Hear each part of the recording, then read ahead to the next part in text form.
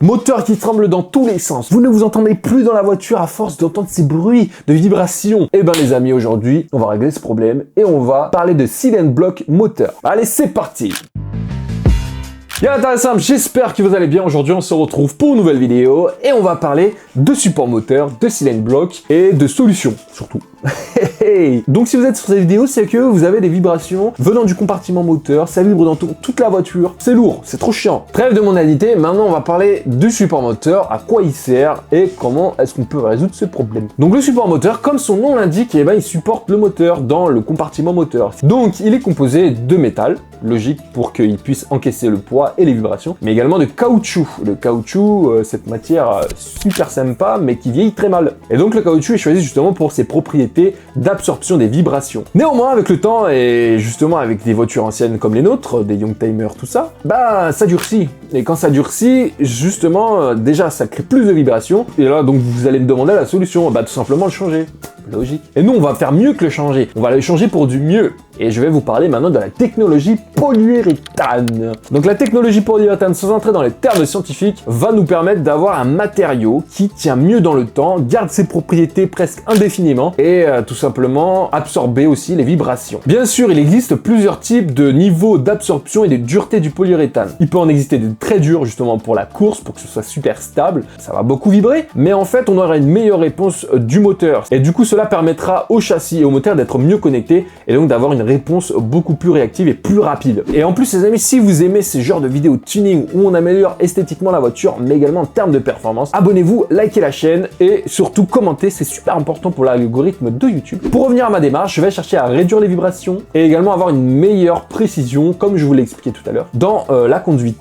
Et je sais pas vraiment ce que ça va donner parce qu'il y a des personnes qui m'ont quand même dit que peut-être ça me donnerait l'effet inverse et m'ajouterait plus de vibrations quand j'ajoute du polyuréthane. Bah nous allons voir comme d'habitude. Et bien sûr restez bien jusqu'à la fin de la vidéo parce qu'on va faire un avant-après et on va voir si ça fonctionne bien comme je le voulais. D'ailleurs les amis, petite parenthèse, le sondage sur Google Forms est toujours d'actualité, donc vous retrouvez le lien dans la description. C'est pour voir si vous êtes chaud pour faire un petit rassemblement et également de d'où vous êtes, comme ça je me fais un petit mapping de la communauté et de savoir quand est-ce qu'on pourra se rencontrer un jour les gars. Donc voilà, je vous invite à y aller, c'est parti. Et action!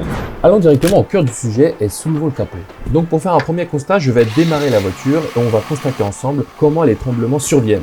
Mon support moteur, vous pouvez le voir, il est en bas à gauche, la partie métallique avec quelques points en caoutchouc.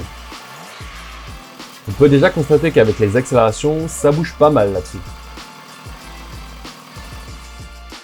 Première étape, lorsque l'on va démonter un support moteur, on va soutenir le moteur justement, puisque l'on va le désolidariser du support moteur et donc du berceau également. Pour cela, je vais m'aider d'une planche de bois afin que je n'abîme rien du tout en dessous.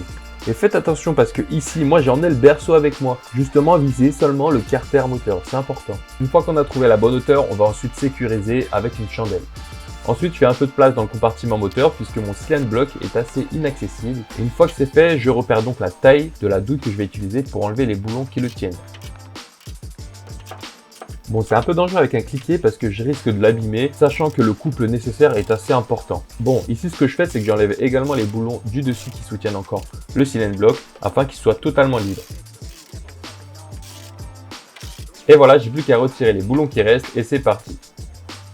Ce que je vais faire pour avoir aussi plus de flexibilité, c'est que je vais surélever un petit peu la voiture afin qu'il y ait vraiment un jeu entre le Seal and Block, le berceau et le moteur. De ce fait, je pourrais vraiment bouger comme je voudrais afin de pouvoir enlever le Seal and Block sans trop forcer.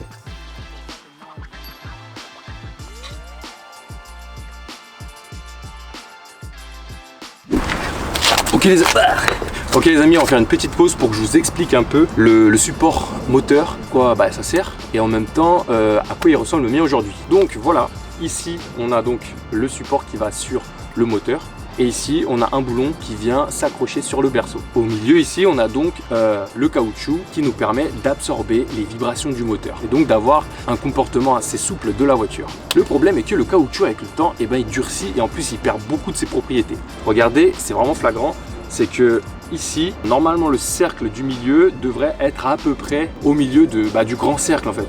Donc voilà, vous voyez bien que c'est pas égal du tout. Et la preuve de pourquoi est-ce que vraiment ce support n'est plus optimal, c'est qu'on voit même les lettrages ici, ils sont super déformés. Donc là, ce que l'on constate, c'est que le support est super déformé et que du coup, il se rapproche dangereusement du métal. Donc métal contre métal, on va sentir toutes les vibrations, ce sera infernal. Et en plus de ça, on sent bien que le caoutchouc a quand même durci avec le temps, ce qui est normal. Avec cela, il y a donc aussi ces deux petits flaps là, qui sont là pour, pareil, atténuer les vibrations et amortir. Mais avec le temps, ça ne sert pas à grand chose. Et puis même en sortie d'usine, ça ne servait pas à grand chose chez Rover cela. La solution que j'ai, c'est donc que j'ai acheté ces solutions en polyuréthane. On va donc combler ici les trous pour en fait remettre le support central au milieu du cercle. Et en plus de ça, grâce au polyuréthane, on va optimiser le comportement de la voiture. Parce que le polyuréthane va nous permettre de diminuer les vibrations du moteur. Et du coup, comme ils l'avaient annoncé sur leur site, tout simplement d'avoir une conduite plus précise. Donc, est-ce que je m'attends à ce qu'il y ait moins de vibrations? Pas forcément, mais je m'attends quand même à ce que le moteur tremble moins, comme vous avez pu le voir sur la vidéo de tout à l'heure. Et on va faire un comparatif après. Là, tout de suite, déjà à vide, on voit que si je l'installe comme prévu, il y a déjà un gros écart qu'on va rattraper. Là, déjà, voilà, vous le voyez bien, qu'il est vraiment vers le bas, là, le support. Et puis, on va mettre de la graisse et on va mettre tout ça. Allez. Donc normalement quand vous achetez ce kit de Polybush, il vous est livré également la graisse qui va avec. Moi bizarrement je n'ai pas eu, donc je vais utiliser la graisse que j'ai à disposition. Attention, ça a l'air bien beau comme ça, mais c'est quand même super compliqué à installer. Surtout si votre cylinder block a bougé comme le mien dans le temps et c'est bien déformé. Il faut beaucoup de force et avoir un petit peu de patience quand même. Donc comme vous pouvez le voir, juste de technique vraiment assez artisanale pour pouvoir essayer de le rentrer à l'intérieur. J'utilise aussi du dégrippement et à force des choses, je pense que je vais réussir à l'installer. Bah oui, normal, sinon j'aurais pas fait la vidéo. Bien sûr, si vous aviez juste besoin de changer le cylinder block, vous ne seriez pas passé par tout ça. Vous auriez juste changé la pièce, revenu sur du standard et fini les vibrations également. Donc finalement, ce qui aura marché pour moi, c'est d'avoir chauffé le cylinder block avec un souffleur d'air chaud. Voilà les gars, j'ai enfin réussi à l'installer. Je vous avoue, c'était super compliqué. Donc je me suis servi de serre-joint comme on a pu le voir pour bien serrer, et puis j'ai également utilisé les serre-joints pour remettre les polyuréthanes dedans. Enfin c'était un bordel de ouf. Donc maintenant je vais l'insérer ici pour que ce soit serré définitivement et let's go.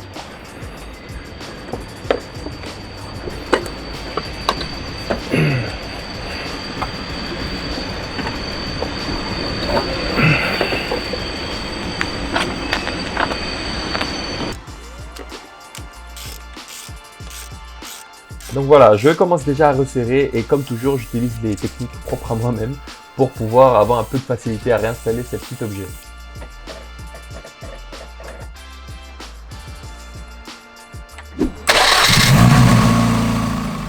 Alors, ce qui concerne le démarrage, je trouve qu'il n'y a pas tellement de changements. Ensuite, lors des accélérations, je vois quand même que le moteur bouge moins longtemps dans le compartiment moteur. Et bien sûr, on va conclure par le test pour savoir si cela a été concluant.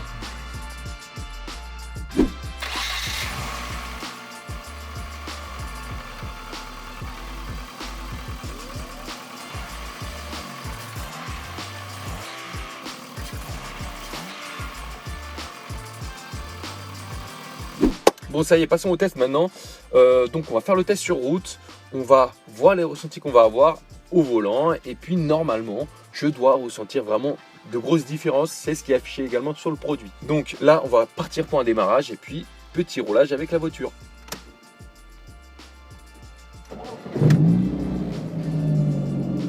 Allez, c'est parti. Déjà juste en première vitesse, je sens que le moteur est mieux maintenu dans le compartiment moteur. Je sens que ça vibre moins pour rien, on va dire, que le moteur fait moins de va-et-vient et que tout simplement j'ai l'impression que la voiture est déjà plus réactive. Déjà, bon, c'est un ressenti, vous ne le verrez sûrement pas en vidéo, mais voilà, c'est ce que déjà j'ai comme ressenti.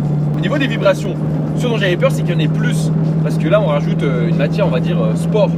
Et c'est vraiment pas le cas. Je trouve que ça atténue les vibrations que j'avais de base à cause du caoutchouc qui avait durci déjà, de 1. En faisant des coups d'accélération, je sens également que le moteur est plus en place. La connexion avec le moteur, les roues, les pneus du coup sur la route est plus directe qu'avec un moteur qui bouge. Donc ça on le ressent tout de suite. Le moteur tremble moins, la voiture avance plus, déjà direct. Franchement c'est ça, c'est vraiment mon ressenti principal, c'est que j'ai l'impression que la voiture est mieux maintenue, peut-être un tout petit peu plus précise, je dirais peut-être 10 à 20%, c'est pas énorme, mais quand tu conduis ta voiture quotidiennement, franchement tu vois la différence.